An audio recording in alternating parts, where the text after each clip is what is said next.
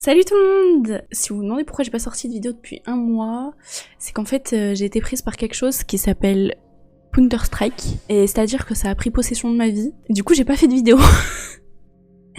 En plus j'avais prévu de faire une vidéo sur la Palestine ultra poussée et tout, elle est toujours en cours d'écriture parce que j'ai vraiment pas envie de niquer le sujet. Mais du coup, en attendant, ce que je vais faire c'est que je vais vous parler d'un incident qu'on avait vu dans les théories et mystères, et du coup c'est l'incident Max Headroom. Je vous en avais parlé déjà, mais là on va plus focus. En fait c'est un nouveau concept que je vais faire sur ma chaîne qui s'appelle du coup focus sur ou zoom sur, je suis pas encore sûre du titre, on verra bien. Et en fait j'essaye de faire un format plus... peut-être pas plus court, j'en sais rien, on verra comment ça va se passer, où on va plus focus sur un sujet, et on va pas parler de 50 milliards de sujets dans la vidéo, genre ça va être juste un sujet, on focus, point, c'est ça le principe.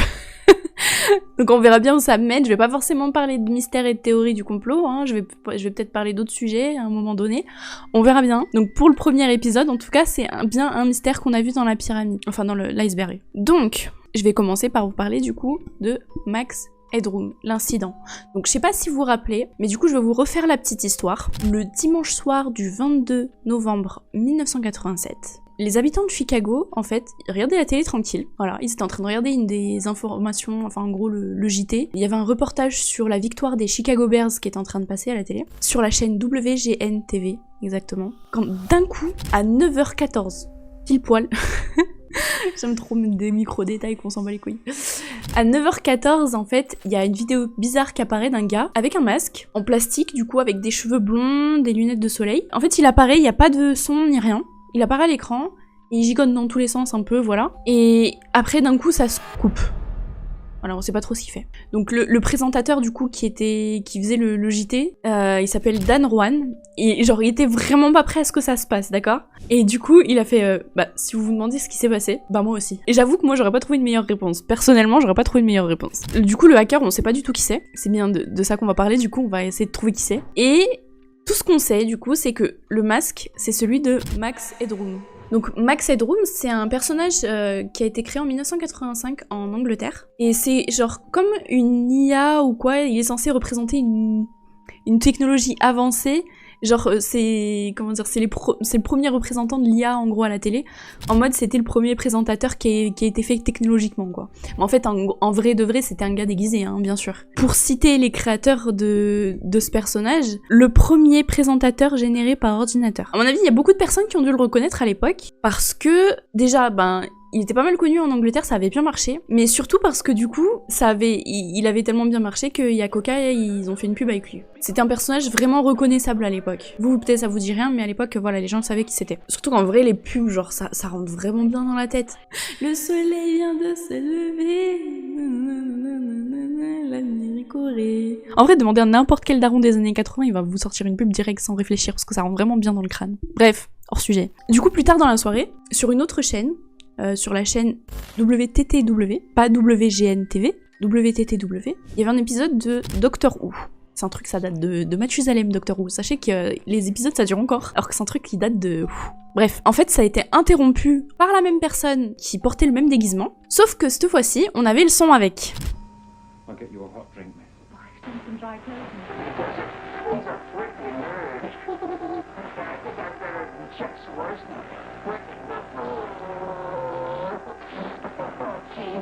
Le Chuck Swirsky, dont il parle dans la vidéo, en fait c'est un animateur sportif qu'il y avait sur WGN TV, donc la chaîne précédente qu'il avait piraté plus tôt dans la soirée, si vous suivez.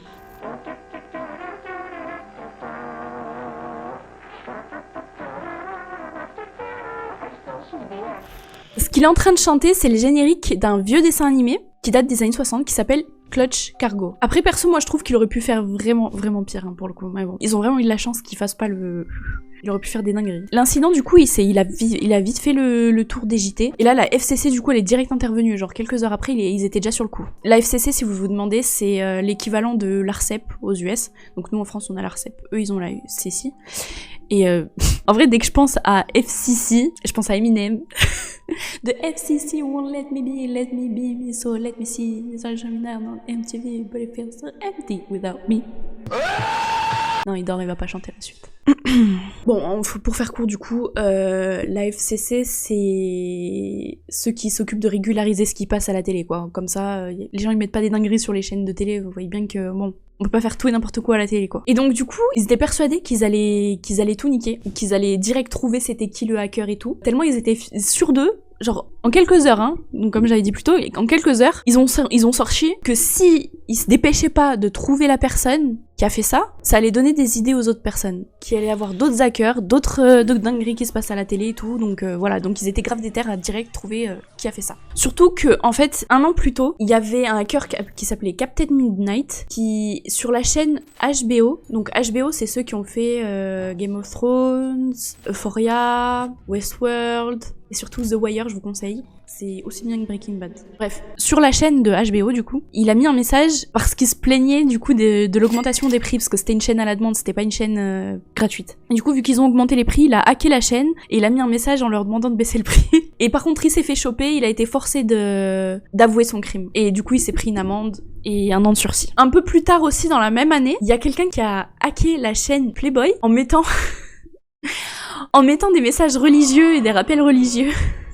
Donc imaginez en vrai le gars qui est en train de... Bon, moi je veux pas savoir ce que les gens ils font devant leur télé, mais devant la chaîne Playboy du coup, qui voit un message du coup religieux. À mon avis le gars il s'arrête direct, il va vite se repentir. Bref. Je pense que c'était de l'humour surtout, mais bon bref. Donc en fait c'est déjà arrivé plusieurs fois. Le gars aussi s'était fait choper. La personne qui a réussi à arrêter ces 2 personnes, ces 2 hackers, c'était le docteur Michael Marcus. Du coup, vu qu'il avait déjà précédemment réussi à arrêter 2 personnes, ils ont mis ce gars-là sur l'affaire. Ils étaient vraiment déter de chez déter parce qu'ils ont remis le même gars qui était efficace. Par contre, du coup, 30 ans plus tard, il a toujours pas réussi. Le gars, il a réussi 2 fois, pas 3. Par contre, du coup, ce docteur Michael Marcus, il a dit que le coupable n'avait pas besoin d'un équipement exceptionnel, mais par contre, il fallait que ce soit quelqu'un qui soit un expert de diffusion de télé, soit un expert de la télécommunication, en fait. Notre suspect numéro 1. C'est pas le suspect numéro 1 dans le sens où c'est le suspect le plus probable, c'est le suspect numéro 1 en mode il est premier dans la liste. C'est tout. Donc notre premier suspect, c'est... En fait, à l'époque, vous voyez, sur les premiers, on va dire PC. J'ai pas envie de perturber tout le monde. Du coup, on va dire des PC, parce que si on commence à parler de Minitel et tout, on n'a pas fini. Du coup, sur les premiers PC de l'époque, les gens, ils allaient déjà sur des forums. 18-25, dédicaces. Et du coup, ils se sont réunis en mode détective. Ils ont cherché à savoir qui avait fait ce coup. Et en fait, le premier suspect, du coup, c'était le DJ de radio, Jonathan Brandmeier, qui était animateur radio à Chicago. En fait, il animait une émission du matin qui s'appelait The Loop. Et vu que ils se sont dit qu'il avait déjà travaillé en tant qu'ingénieur chez WGN, brièvement, ça aurait pu mal se passer, genre son temps en tant qu'employé chez WGN aurait pu très mal se passer, et donc ça aurait été un moyen de se venger. Sauf qu'en fait, c'est seulement quelques années plus tard qu'il a été employé chez eux. Mais les gens étaient vraiment persuadés qu'il avait été employé chez WGN. Donc voilà, confusion totale. Du coup, ça pouvait pas être ce gars. Deuxième suspect sur les mêmes forums, on a Els Kerkovitz, qui était ingénieur chez la WTTW, donc la deuxième chaîne qui s'est fait hacker. Et à l'époque, il était juste ingénieur. Et donc en fait, il a continué à travailler chez eux 40 ans après. Donc pour moi, si t'as continué à travailler après avoir fait un giga troll comme ça, toi, t'es un giga génie qui s'en bat les couilles, ou soit t'es pas suspect. Hein. Par contre, du coup, en 2020, il en a reparlé en podcast. Il parlait de l'impact que ça a eu pour eux au niveau de la chaîne. Il a dit, je cite, « Avoir notre diffusion interrompue de cette façon, c'est une invasion sérieuse. C'est comme si quelqu'un pénétrait par effraction dans notre maison. Que quelqu'un nous prenne ça nous a touchés personnellement. » En gros, ils l'ont vraiment pris pour eux, quoi. Ils se sont sentis... genre, l'espace vital, il a été interrompu. Vous avez compris ce que je veux dire, non? Et vu comment il l'a mal pris, du coup, ça l'enlève un peu des suspects. Ou alors, en fait, le gars, il était tellement fier de sa connerie qu'il avait envie de rappeler aux gens que ça s'est passé. Et en même temps, il brain tout le monde en disant « Ouais, ça m'a touché personnellement, et tout. » En fait, il est grave fier de lui, il a envie qu'on en reparle. C'est une idée comme ça. Un autre suspect populaire, mais par contre, ça c'est venu bien après, c'est sur Reddit, les gens ont dit... Si c'était le musicien Eric Fournier, la principale preuve que ce serait lui, c'est que il faisait des vidéos sur YouTube qui étaient un peu dans le même délire en mode esthétiquement et tout, et que c'était un peu taré pareil, voilà. C'est un gars qui faisait des vidéos indépendantes sur YouTube, et à l'époque il avait à peu près percé. Dans les débuts de YouTube, je vous avoue qu'il y avait un peu tout et n'importe quoi qui perçait, hein, faut voir. Fallait être là, quoi. En fait, il faisait une série où il incarnait un personnage qui s'appelait Shane John, et il a fait quelques films indépendants, en plus de ça, et tous collent à la même esthétique que la vidéo. Mais malheureusement, c'est la seule chose qu'on a comme preuve. Surtout qu'en fait, sa chaîne YouTube, elle a été supprimée. Merci YouTube, comme d'hab. En tout cas, les vidéos qui restent montrent bien une ressemblance. Selon Vice, la théorie d'Eric Fournier est la suivante. L'idée selon laquelle Eric est revenu à une performance en direct contredit ce que nous voyons dans la vidéo elle-même. La vidéo de Max Headroom n'aurait évidemment pas pu être jouée en direct, comme cela est très clair lorsqu'ils sont passés à la scène de la fessée, il y a eu montage. En gros, Eric Fournier, son style c'était vraiment des trucs directs, sans coupure ni rien. Sauf qu'on voit dans la vidéo qui a été, quand il y a eu le hacker qui est intervenu dans les chaînes, on voit qu'il y a eu quelques petites coupures au montage. Donc ça pouvait pas être Eric Fournier pour ça. Il y a une deuxième chose qui fait que la théorie d'Eric Fournier, elle est pas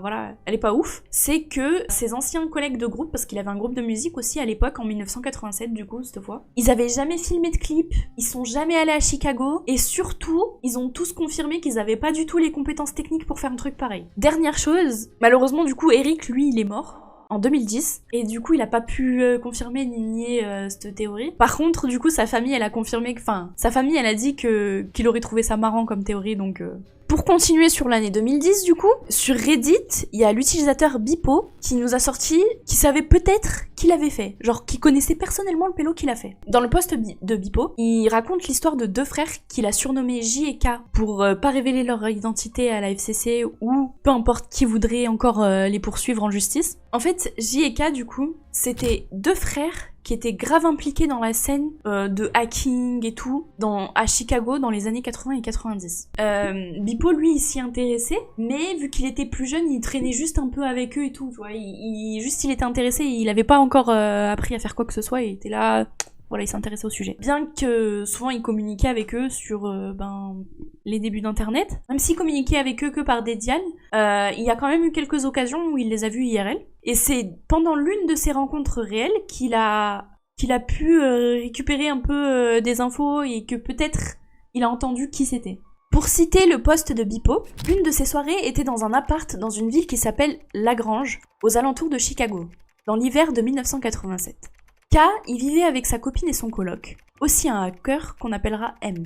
Quasiment chaque centimètre carré, à l'exception d'un coin, était blindé de systèmes qui fonctionnaient ou apparemment qui fonctionnaient pas. Des systèmes genre des PC quoi. L'appart était situé dans un bâtiment pourri d'à peu près 4-5 étages, pas loin d'un Pizza Hut. On a tous marché là-bas pour manger le midi et le soir. Avant d'entrer dans les détails de ce qu'il a dit, de ce qui s'est dit ce jour-là, du coup, il explique pourquoi il pense que J était la personne derrière le masque. Le premier point qu'il dit, c'est que J, il avait le même sens de l'humour que le gars qui est passé à la télé. Donc je recite Bipo. J, malgré un autisme sévère et ayant un air de taré, était en fait plutôt drôle. Son sens de l'humour était un peu perturbant, un peu crade. Même si c'est juste circonstanciel, c'est les premières preuves que j'ai. Dans la vidéo de l'incident Max Headroom, il y a un gars qui semble pointer un vibromasseur ou un god, et qui ensuite le jette en dehors du champ de vision. La fin de la vidéo montre une femme habillée comme Annie Oakley, en train de le frapper, les fesses nues de quelqu'un avec une tapette à mouche. C'est le genre d'humour que J aimait. Toutes ces blagues étaient puériles et crades. La vidéo représente parfaitement le sens de l'humour de J, dans tous les sens, nerveux et sale. Mais il n'y avait pas que le sens de l'humour, du coup. Il y avait, selon Bipo, aussi sa façon de parler qui ressemblait à celle de J. Un exemple de conversation qu'il a donné dans le post, du coup. Je vais devoir vous incarner les deux personnes. Jugez pas mon acting parce que je suis pas actrice. Bipo, du coup. Je représente Bipo. Si je suis comme ça, c'est Bipo. Si je suis comme ça, c'est J. Ok? Hey! T'as quel âge? Tu sais pourquoi je t'ai dit de pas t'asseoir devant? Pourquoi? Au cas où tu dirais un truc débile. Comment ça? Il y a une surprise sous le siège pour les gens qui disent un truc débile. Oh! Ou si tu dis un truc débile. Hein? Qu'est-ce que tu regardes comme série? Je regarde pas trop la télé. Eh, j'ai faim! On dirait moi. J'espère que tu vas pas dire un truc débile. Ah, je veux dire, on dirait moi. J, on dirait moi. Bref, ce que j'essaye de montrer ici, c'est que J faisait souvent des va-et-vient dans les conversations entre différents sujets. Il ne gardait jamais une ligne claire quand il parlait. Ce qui nous amène à une autre preuve circonstancielle. Si vous regardez la vidéo, la personne qui porte le masque bouge dans tous les sens exactement comme le faisait J. Le problème, c'est que j'ai jamais parlé avec J en dehors du trajet pour rentrer, mais sa façon de parler ressemblait à celle du gars avec le masque. Là où d'autres personnes diraient dans une conversation, J dirait « Oh !»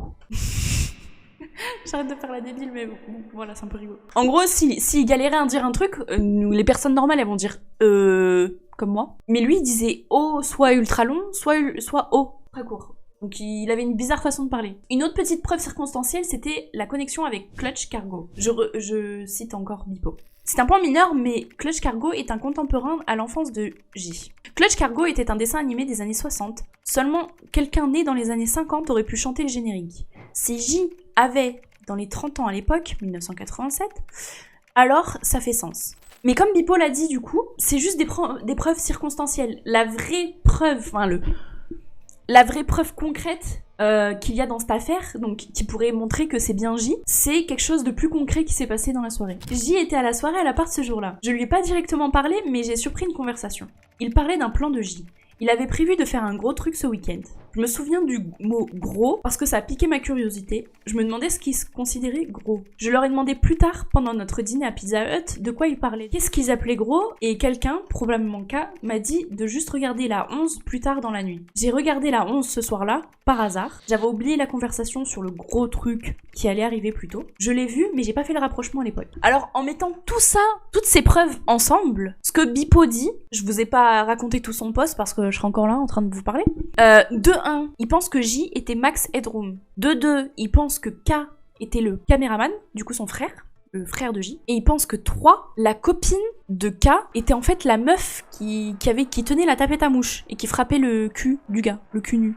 En fait, 3 ans plus tard, il y a une autre personne sur Reddit qui est intervenue et qui s'appelle Animosity. Et cette personne, elle a confirmé certains aspects du post de Bipo. En 1987, j'avais 16 ans et Dédial commençait à être un peu obsolète. Ces gens faisaient partie de la commu locale de Dédial et c'est comme ça que je les connaissais.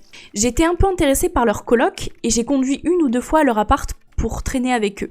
Je me souviens avoir vu beaucoup d'équipements, mais je savais pas à quoi ça servait et personne m'a expliqué. Après que la diffusion ait été interrompue, il y a eu des rumeurs sur Dédial sur qui l'avait fait. Les gens pointaient vers le gars de l'appart. Bien sûr, ça niait le truc, parce que ils se sont mis trop dans la merde et du coup personne les a dénoncés. En gros, ils ont pas du tout assumé. Genre ils étaient fiers de leur connerie, mais ils ont pas assumé, il y avait des rumeurs, bon bref. Rien de concret à 100%, mais bon, la personne, elle corrobore un peu ce qui s'est dit. Donc on aurait vraiment dit que Bipo avait raison, et que du coup d'autres personnes sur Chicago pensaient la même chose. Mais en octobre 2015, Bipo est revenu sur le post avec une nouvelle mise à jour qui fait tourner l'histoire complètement dans l'autre sens. Depuis la dernière mise à jour, il avait fait connaissance d'un gars qui s'appelle Rick Klein, qui était conservateur du Museum of Classic Chicago Television. Ensemble, ils sont rentrés en contact avec des personnes qui étaient proches de la situation, qui travaillaient du coup à l'époque, dans ce milieu, et ils ont pu rapporter de nouvelles informations. Plusieurs semaines plus tôt, Rick et moi avons eu la chance de rencontrer et de parler avec plusieurs ingénieurs et techniciens qui travaillaient chez WBBM, WTTW, WGN et d'autres chaînes de Chicago à l'époque. Ils ont fourni une multitude d'informations très détaillées, notamment les détails sur le type d'emplacement, d'équipement, d'accès physique ou plus important encore, sur le type de connaissances spécifiques à la station qui auraient été nécessaires pour réaliser les intrusions elles-mêmes. C'était le genre de connaissances approfondies du point de vue de l'ingénierie avec lesquelles nous n'avions auparavant que des bribes de connaissances et que nous essayons d'acquérir depuis un certain temps avec beaucoup de difficultés. Après la dernière série d'entretiens et après avoir examiné l'ensemble des preuves qui en ont résulté, Rick et moi avons conclu que la possibilité qu'il s'agisse d'un travail extérieur, qu'en gros que des gens de l'extérieur auraient pu faire ça, c'est ça que je voulais dire, est fondamentalement zéro. Pour faire court, tout ce qui devait être possédé par un ou plusieurs amateurs extérieurs, aussi talentueux qu'ils soient, n'existait tout simplement pas à l'état sauvage en 1987. Cette information, ainsi que d'autres informations que nous n'avons jamais pu corroborer, c'est ce qui nous permet de libérer J et K en tant que suspects en toute confiance. Si les informations obtenues sont vraies, du coup, J et K, ça peut pas être les suspects. Ça veut dire que c'est un travail interne. Ça veut dire que quelqu'un de l'intérieur de la chaîne, ou d'une des deux chaînes, s'est mis à hacker les chaînes pour troll. Soit pour troll, soit parce que il y a eu des histoires entre présentateurs et tout. Moi, je suis un peu adepte de la théorie J et K en vrai. Hein. Je sais pas, qu'est-ce que vous en pensez vous ? C'est lequel le suspect numéro 1 dans votre liste du coup ? Vous me dites ? Du coup, après tout ça, moi, je pense que c'est quelqu'un qui bossait en interne dans une des deux chaînes, qui avait des histoires avec les présentateurs, et qui, du coup, il s'est dit, vas-y, je vais troll. Soit ça, soit c'est juste quelqu'un qui a troll pour le plaisir de troll. C'est ce que je pense personnellement. Après vous pouvez me dire ce que vous pensez. Et voilà, c'est tout ce que j'avais à dire sur cette vidéo. J'espère que ça vous plaît ce nouveau concept. Attendez-vous à d'autres vidéos dans le futur en tout cas parce que je pense que je vais pas éditer toutes mes vidéos donc ça va me permet de m'en sortir plus souvent. Passez une bonne soirée.